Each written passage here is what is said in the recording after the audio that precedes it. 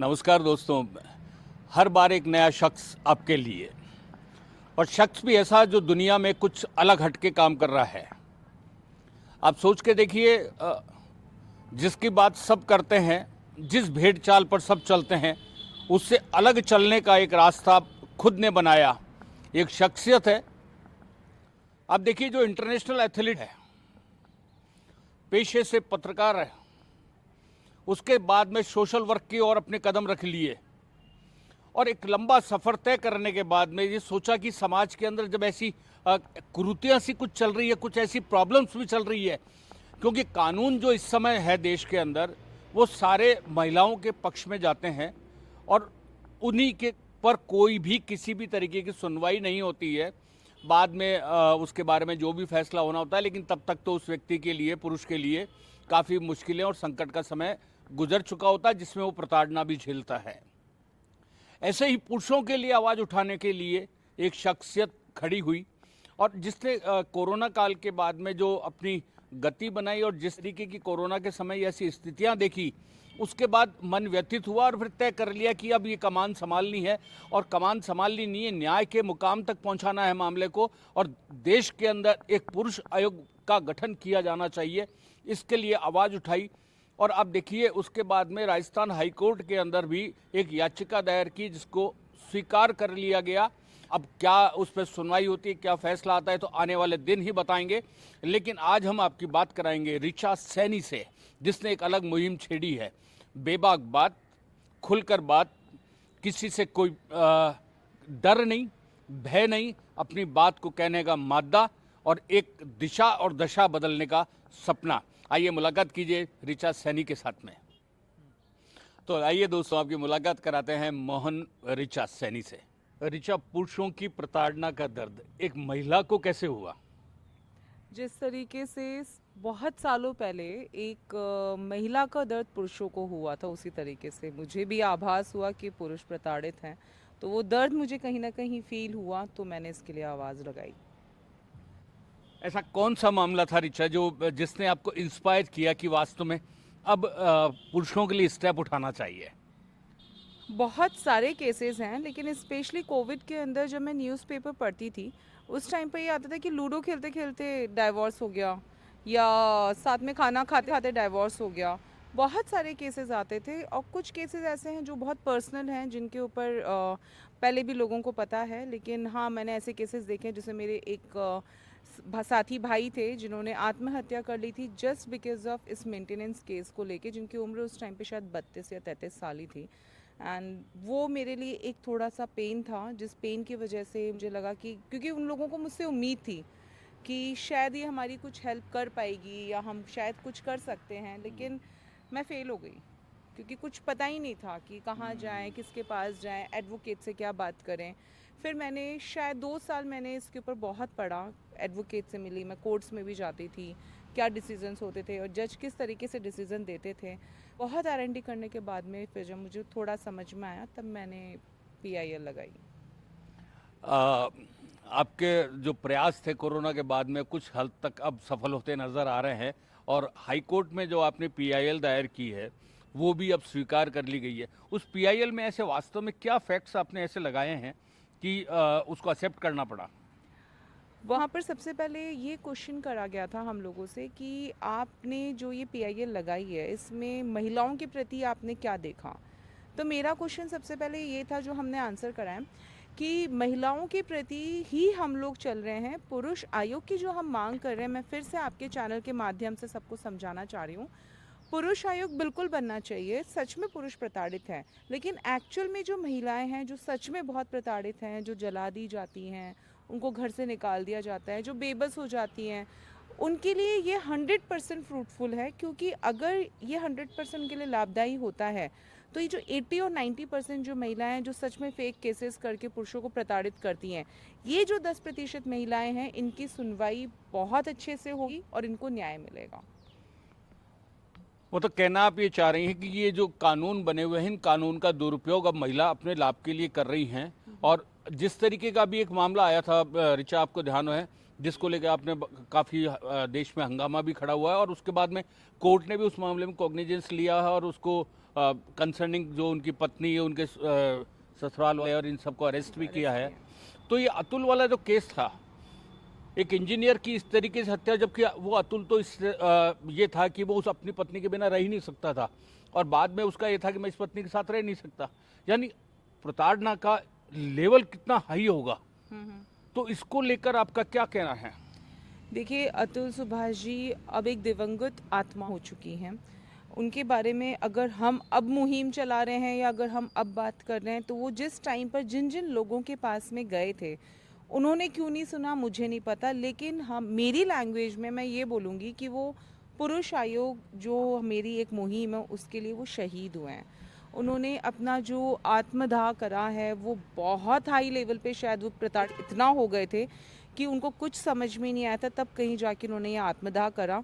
और उसके just next day आपने शायद देखा होगा जोधपुर के अंदर डॉक्टर अजय ने सुसाइड अटैम्प्ट करा। फिर उसके बाद में इतने सारे केसेस निकल निकल के आ रहे हैं कि हर कोई अतुल सुभाष जैसा स्टेप ले रहे हैं जो एक्चुअल में नहीं लेना चाहिए। मैं आपके चैनल के माध्यम से सबसे बोलना चाहूँगी कि आप प्लीज़ ऐसा कोई भी स्टेप ले जो आपके परिवार के लिए और आपके लिए कहीं से भी नुकसान हो। आप लोगों को हिम्मत रखिए, लड़िए, लेकिन आत्मदाह जैसी चीज़ मत करिए। एक्चुअल में निश्चित रूप से अब ये बात जब आप कहते हैं कि नहीं करना चाहिए, लेकिन कुछ मूवमेंट ज़िंदगी के अंदर इस तरीके के आ जाते हैं, तब आदमी को लगता है कि उसका गला घोंट दिया गया है या गले को बिल्कुल बांध दिया गया है, या उसको अब बिल्कुल लगता है कि चारों उसके ज़िंदगी में अंधियारा है। देखिए, सब चीज़ें म्यूचुअल उसमें चलती है, रजामंदी पे चलती है, लेकिन कई बार ऐसे अवसर आते हैं कि वो दूसरी तरीके से चीज़ों में कन्वर्ट हो जाता है मामला, और उसके बाद में स्टेप्स, या तो सुसाइड एक ऐसा चीज़ है कि इसको लेना मजबूरी होती है, क्योंकि हर व्यक्ति अपनी प्रतिष्ठा, अपना परिवार इसको देखता है। तो ये निश्चित रूप से समाज के अंदर इस दिशा में आपका क्या सोच है?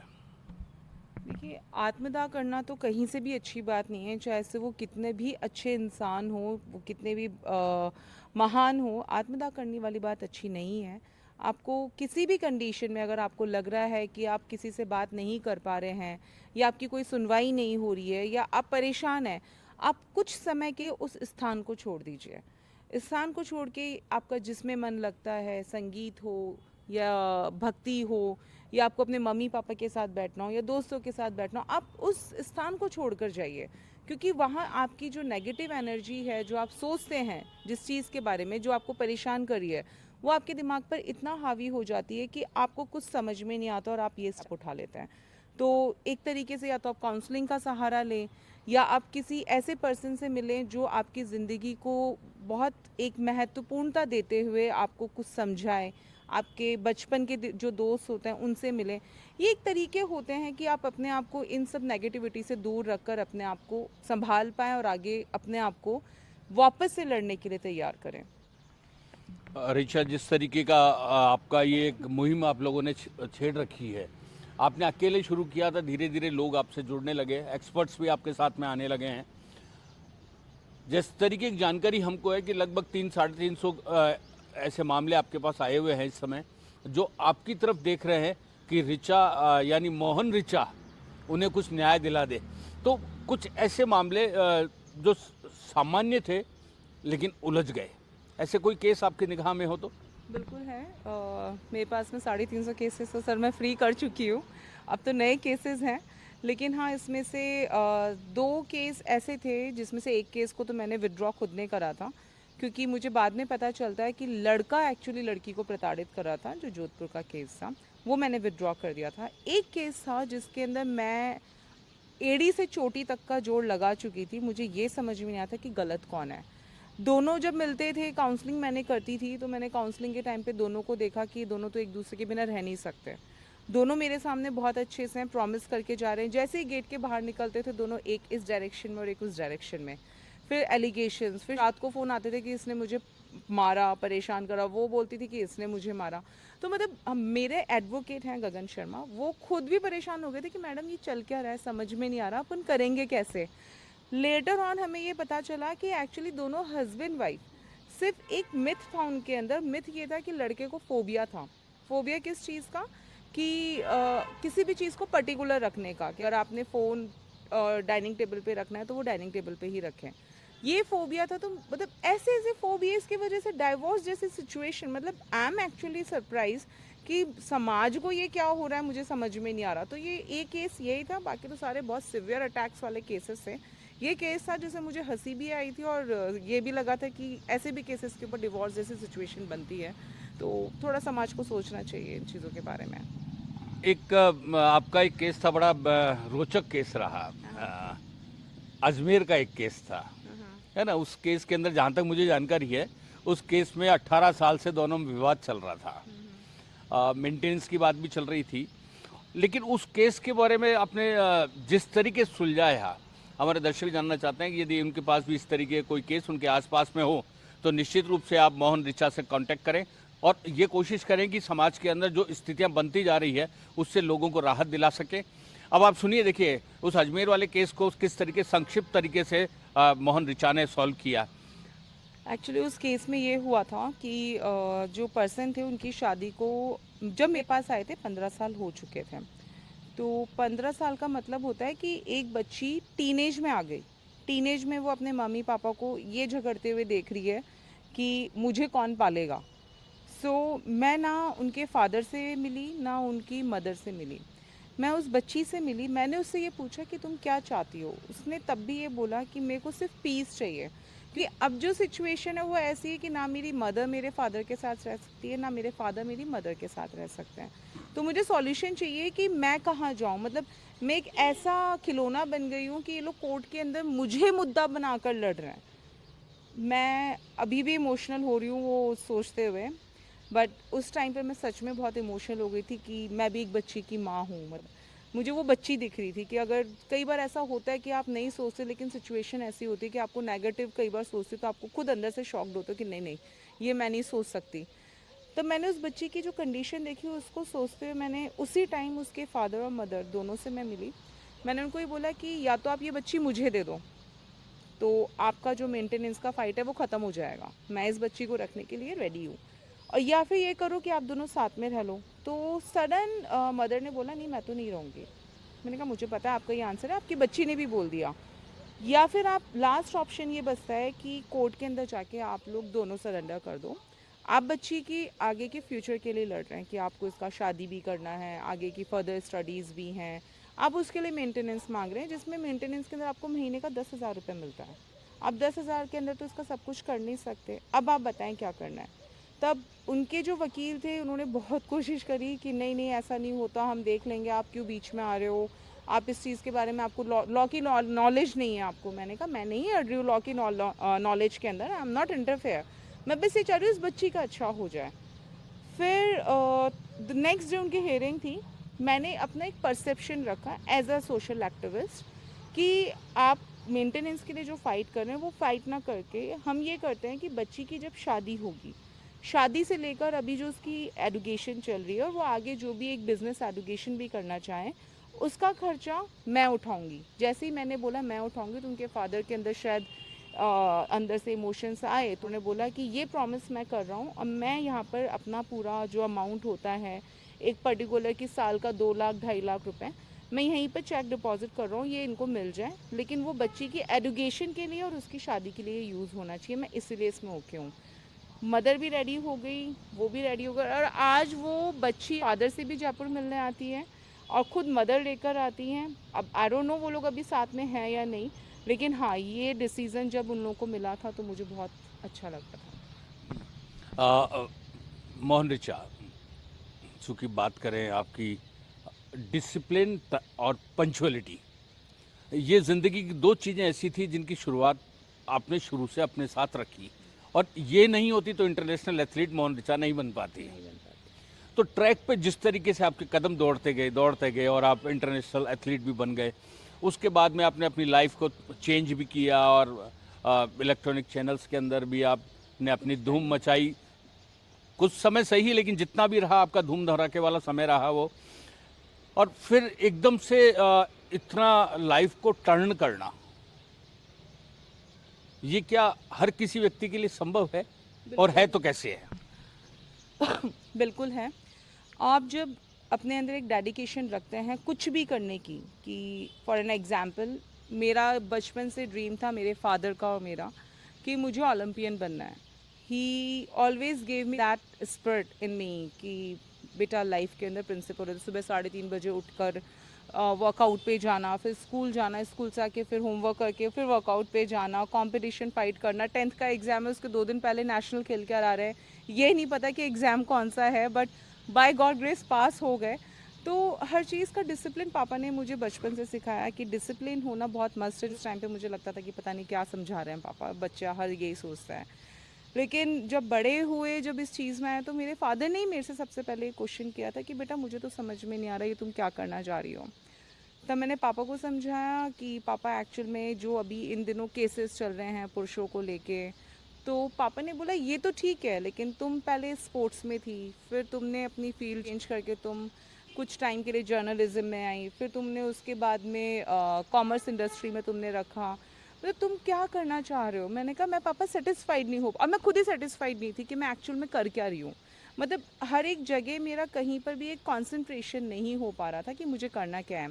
देन लेटर जब पॉलिटिक्स मैंने ज्वाइन करी, तो वहाँ पर भी मैं अच्छा चल रहा था, सब कुछ बढ़िया था, लेकिन एक होता है ना कि आपके अंदर एक ज़ील होती है करने की। वो ज़ील मुझे कहीं ना कहीं ऐसा हो रहा था कि मैं डेली क्वेश्चंस देख रही थी कि आज इस लेडी ने पता है ब्लैकमेल करके उससे 5 करोड़ रुपए ले लिए। मतलब वो क्वेश्चन मार्केट में ऐसा होता था कि कोई भेलपुरी चल रही है। आई वॉज लाइक यार उस इंसान के ऊपर क्या बीत रही होगी, उसकी बेटी पे, उसकी वाइफ पे, उसकी मदर पे, सिस्टर पे, पूरी फैमिली के ऊपर क्या बीत रही होगी कि इसने ब्लैकमेल करके पैसे लिए। इसका मतलब पुरुष सच में प्रताड़ित हो रहा है। I asked to my father and he said कि I am with you, whatever you want to do I am with you, तेरे फादर तेरे साथ में, तेरे पापा तेरे साथ खड़ा है। बस वहीं से मैं स्टार्ट हो गई और उसके बाद में मैंने पीछे मुड़ के नहीं देखा। बहुत बार अटैक्स हुए मेरे ऊपर, तब भी पापा ने बोला कि मेरा शेर बच्चा है, तू डरे मत, तेरा बाप तेरे साथ खड़ा है। सो बस वो चलता गया। फिर एक समय होता है कि इस पृथ्वी के ऊपर कोई भी अनिश्चित काल तक नहीं है। पापा का जब समय हुआ तब भी पापा ने बोला कि मैं साथ हूँ, तो आज मैं मेरे फादर का नाम साथ लेके चलती हूँ। ये तो अब सच है, आप देख लेके जान गए होंगे कि खुद ही को कर इतना बुलंद कि हर तदबीर से पहले खुदा बंदे से पूछे बता तेरी रज़ा क्या है। हर बच्ची, हर बेटी एक बहादुर शेर होती है, उसे अपना लक्ष्य को ध्यान में रखना चाहिए। और जिस तरीके से ऋचा ने बहादुरी के साथ में एक ऐसे मुहिम के लिए अपने कदम बढ़ाए हैं जो एक बहुत कठिन और कांटों भरा रास्ता है, लेकिन इनके पिता ने इन्हें हमेशा साथ दिया और उनका हौसला बढ़ा के रखा। और यही कारण है कि ये अपने नाम से पहले भी अपने पिता का नाम मोहन लिखती हैं। धन्य ऐसी बेटी, और जिसने एक ऐसा टास्क हाथ में लिया है। हम कामना करते हैं कि इनके सपने निश्चित रूप से पूरे हों और निश्चित रूप से जो गैर वाजिब मामलों के अंदर जो प्रताड़ना झेलते हैं उनको ये न्याय दिला सकेंगी, तो निश्चित रूप से एक बहुत बड़ा कदम भी होगा। आप बने रहिए हमारे साथ, हर बार आपके लिए एक ऐसा नया शख्स बाहेजी डिजिटल मीडिया पर हम लेकर आते रहते हैं। दीजिए मुझे इजाज़त, नमस्कार।